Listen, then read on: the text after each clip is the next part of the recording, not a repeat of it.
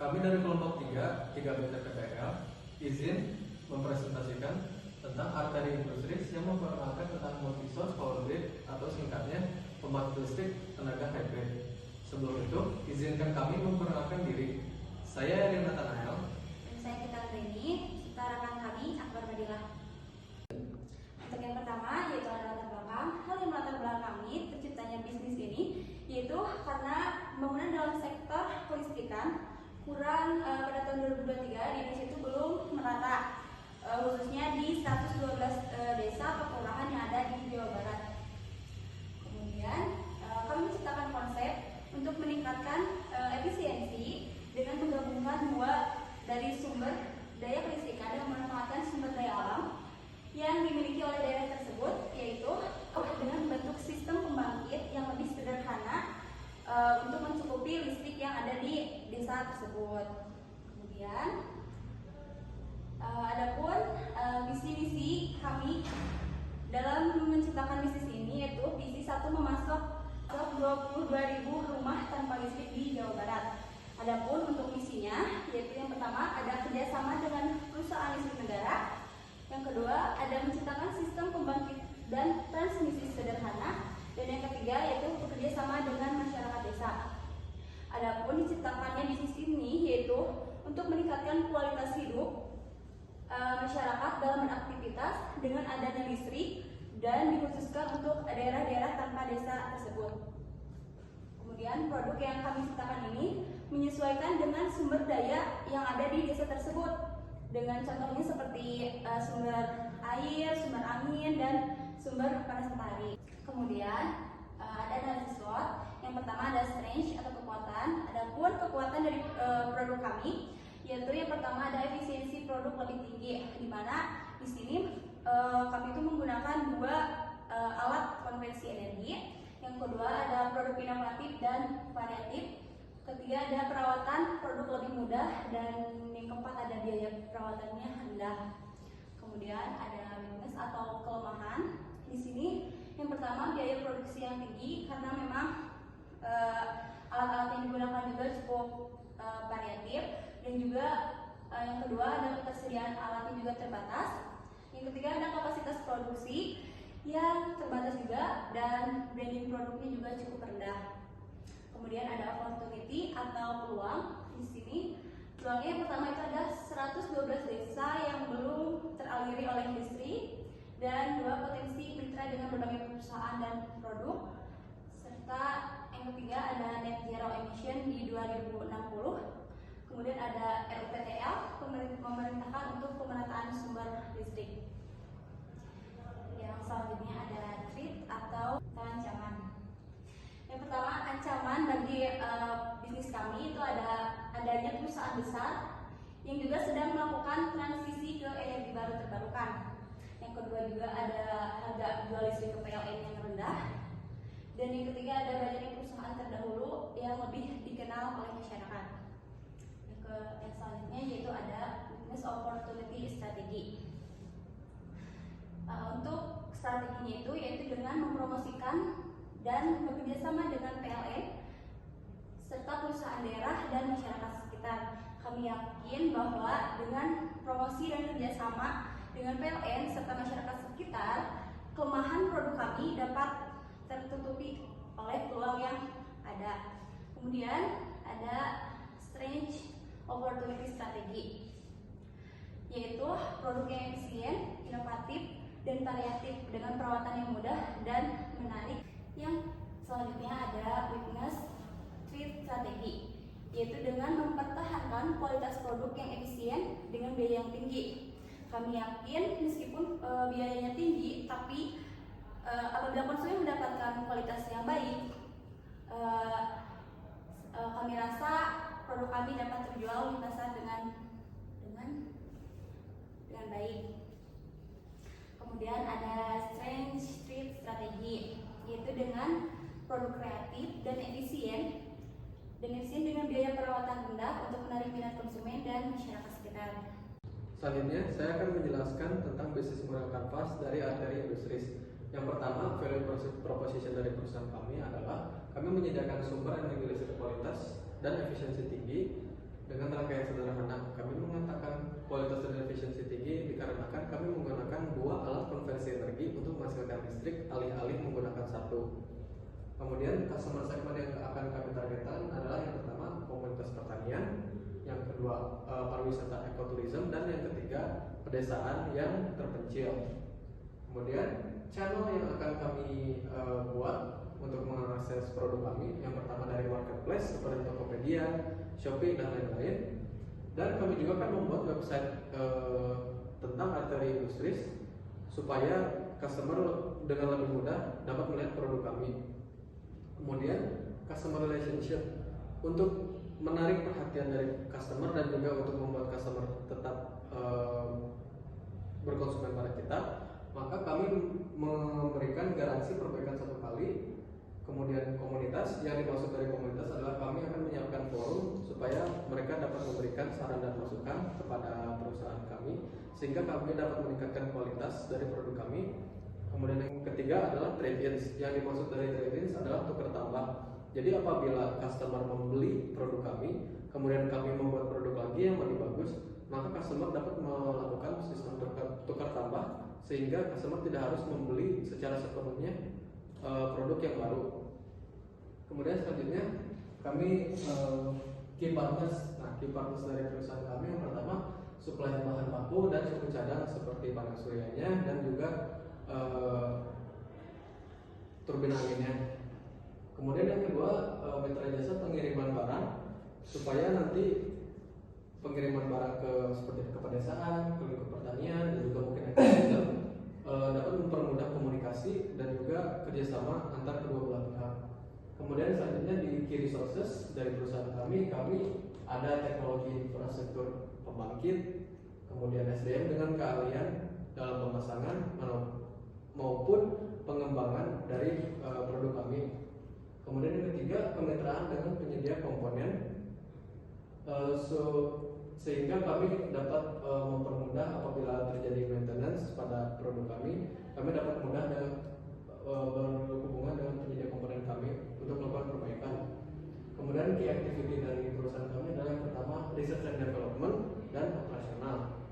Nah, cost structure dari perusahaan kami pengeluarannya akan berasal dari biaya logistik, manufaktur, research and development, dan juga legal fee. Revenue stream dari perusahaan kami yaitu harga jual pembangkit listrik negara, kemudian biaya pemasangan, dan juga biaya perawatan dan pemeliharaan produk. Kemudian berikut struktur biaya tetap kami per 6 bulan. Jadi total biaya kami per bulan selama 6 bulan yaitu akan sebesar 10.400.000. Nah, struktur biaya tetap kami yang pertama pergi ke gaji pegawai, yang kedua ke pajak bumi bangunan, ketiga asuransi, yang keempat promosi. Untuk gaji pegawai kami menggunakan 58% dari total biaya tetap kami, kemudian pajak bumi bangunan sebesar 24%, asuransi sebesar 14%, dan promosi sebesar 4% dari keseluruhan. Kemudian untuk struktur biaya variabel kami memiliki total biaya sebesar 3.450.000. Yang pertama logistik sebesar 43% dari total biaya, kemudian maintenance 22% dari total biaya. Yang ketiga listrik untuk melakukan pemasangan 13% dari total biaya, dan yang terakhir telekomunikasi untuk mempermudah komunikasi dengan customer maupun dari produsen sebesar 22%. Berikut perhitungan harga jual dari produk kami. Jadi untuk pembangkit listrik tenaga surya kami melakukan biaya produksi kurang lebih sebesar 21.873.000. Lalu kami melakukan markup sebesar 20% sehingga biaya total dari pembangkit listrik tenaga surya sebesar 26.247.600. Untuk tenaga angin kami memiliki biaya produksi sebesar 19.042.100 dan kami sama melakukan markup sebesar 20%. Sehingga biaya untuk pembangkit tenaga angin sebesar 22.850.520. Untuk kedua produk ini bisa dibeli secara terpisah. Namun apabila kami ada yang memesan tenaga hybrid, maka dapat dilihat bahwa total dari pembangkit listrik tenaga hybrid akan menjadi sebesar 49.098.100. 120. Sekarang saya akan membahas analisis kompetitor dengan perbandingan yang akan kita bandingkan adalah mulai dari proporsi harga, lalu fitur produk atau jasa, target konsumen, hingga value perusahaan kita ya. Yang pertama adalah perusahaan kita. Bisa dilihat, perusahaan kita itu memiliki value proportion yaitu PLT yang dikelola oleh perusahaan. Artinya, kita memberikan pembangkit listrik kepada masyarakat, tapi kita juga yang mengelolanya ya, sehingga tidak akan terjadinya pengurusan kepada masyarakat dan tanggung jawab sepenuhnya terhadap perusahaan. Lalu ada fitur produk dan jasa. Nah, fitur yang kita sajikan dari produk kami adalah efisiensi sistem PLT hybrid. Nah, apa sih efisiensinya itu? Jadi, dengan hybrid ini kita menggabungkan PLT Bayu dan juga pembangkit listrik tenaga surya, sehingga mendapatkan efisiensi yang lebih tinggi apabila cahaya surya yang tidak muncul dan angin akan tetap ada, sehingga ketika salah satunya tidak teraliri oleh energi, maka PLT Bayu akan menyuplai. Begitupun sebaliknya. Itu yang dimaksud efisiensi sistem PLT hybrid kami. Lalu target konsumen kami adalah desa yang belum teraliri listrik, khususnya di Jawa Barat ya. Nah, lalu untuk value yang kita bangun adalah perusahaan yang inovatif. Kenapa inovatif? Karena hanya kamilah satu-satunya yang akan menerapkan PLT hybrid dengan segala pertimbangan. Lalu, kita akan membandingkan dengan dua kompetitor kita, yaitu Mega Power Surya dan juga Pertamina. Untuk Mega Power Surya, value yang mereka berikan kepada konsumen khususnya ya adalah PLTS on grid, PLTS off grid, dan sistem hybrid. PLTS on grid ini adalah PLTS yang menyambungkan antara PLTS tenaga surya dengan sistem perusahaan listrik negara ya, sehingga mempunyai efisiensi yang juga lebih tinggi ya, karena PLTS on grid ini menyuplai tegangan bersamaan dengan suplai tegangan dari PLN. Dia melakukan sistem hibrid, tapi hanya untuk PLTS, artinya mereka bisa on grid dan juga off grid. Untuk memasang jasa mereka adalah orang-orang yang mempunyai rumah, perkantoran, atau bangunan lainnya yang memiliki atap. Mereka adalah cabang perusahaan kelas menengah. Kompetitor yang terakhir adalah Pertamina. Nah, Pertamina ini memiliki kualitas produk dan jasa yang tinggi. Nah, untuk fitur produk dan jasanya, mereka mempunyai PLT hybrid multifungsi dengan daya tinggi karena didukung oleh kualitas produk dan jasa yang tinggi, sehingga mereka bisa menciptakan kualitas produk yang juga mempunyai daya tinggi. Lalu untuk target konsumen mereka adalah pengguna energi di seluruh Indonesia. Untuk value perusahaan mereka adalah badan usaha milik negara ya. Jadi tidak bisa diragukan lagi terjaminnya kepercayaannya ya. Nah, perkenalkan kami bertiga adalah founder dari Arteri Industri ini ya. Yang pertama itu adalah saya sendiri yaitu Akbar Fadilah sebagai founder. Lalu yang kedua adalah Kita Anggraini yaitu sebagai founder juga, dan juga Rio Nathanael sebagai founder juga ya. Kami adalah tim yang membangun Arteri Industri ini dari nol, sehingga kami akan mencoba untuk mengembangkan produk ini karena dinilai potensial dan juga inovatif, sehingga kita juga bisa membantu masyarakat umum ya dalam menjalankan tugas sehari-harinya, khususnya untuk daerah-daerah yang belum teraliri listrik di Jawa Barat. Lalu yang terakhir, kita memiliki milestones atau tujuan ya pastinya selama 5 tahun ke depan. Untuk tahun depan kita harus mempunyai 5.000 rumah teraliri listrik di Jawa Barat ya, dengan realisasi sistem hybrid. Lalu pada tahun 2007 kita harus memiliki 10.000 rumah yang teraliri listrik dan bekerja sama dengan Indonesia Renewable Energy Society agar bisa menjalin komunitas yang lebih baik ya. Setelah kita bekerja sama dengan pemerintah, itu masih dekat areanya ya.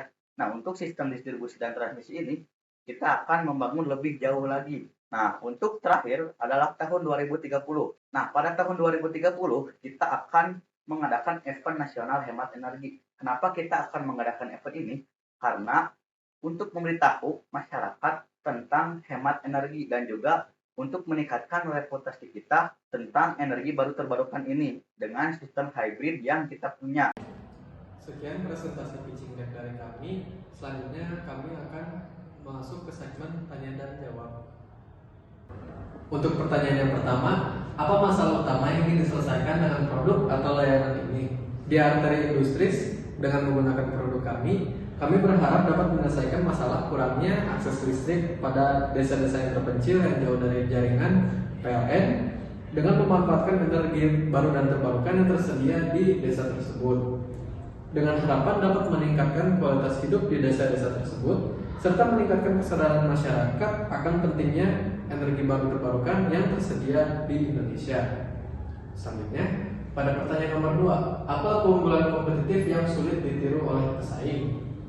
Nah, dari Arteri Industries kami memiliki produk yang dengan harga terjangkau dengan efisiensi tinggi karena sistem kami menggunakan sistem yang hybrid, kemudian mudah akses transaksi melalui marketplace maupun website kami, kemudian respon customer service dan maintenance yang cepat, dan yang terakhir memiliki mitra jasa pengiriman dan supplier bahan baku yang terpercaya. Selanjutnya untuk pertanyaan ketiga, yaitu bagaimana proyeksi pendapatan dan keuntungan bisnis dalam 2 tahun ke depan? Apakah bisnis ini layak untuk dijalankan? Adapun untuk proyeksi pendapatan dan keuntungan dari bisnis kami, yaitu untuk selama 2 tahun ini itu akan selalu mengalami peningkatan di setiap bulannya, di mana profit yang kami dapatkan akan selalu meningkat sehingga bisnis ini sangat layak untuk dijalankan serta dikembangkan di Indonesia. Kemudian untuk pertanyaan nomor 4, yaitu bagaimana rencana pengembangan produk di masa depan? Untuk pengembangan produknya, kami berencana untuk meningkatkan efisiensi pembangkit listrik pada sistem hybrid tanpa meningkatkan harga jual. Kemudian meningkatkan kualitas penyimpanan energi supaya energi yang dihasilkan dapat disimpan lebih banyak. Kemudian juga untuk memperluas jangkauan sistem pembangkitan. Bisnis kami itu termasuk ke dalam Red Ocean Strategi karena bisnis kami sudah ada di pasaran, yaitu menjual belikan listrik. Tapi inovasi kita adalah membangun pembangkit listrik itu dari sumber daya di daerah tersebut, sehingga itu inovasi yang bisa kita jual ya. Kenapa investor harus berinvestasi di bisnis kami? Karena bisnis kami memiliki visi misi yang jelas ke depannya ya, didukung oleh net zero emission tahun 2030, di mana kita akan melakukan transisi dari energi konvensional menjadi energi terbarukan. Sekian presentasi dari kami. Mohon maaf apabila ada kesalahan. Assalamualaikum warahmatullahi wabarakatuh. Arteri Industries menuju Indonesia Hijau 2060.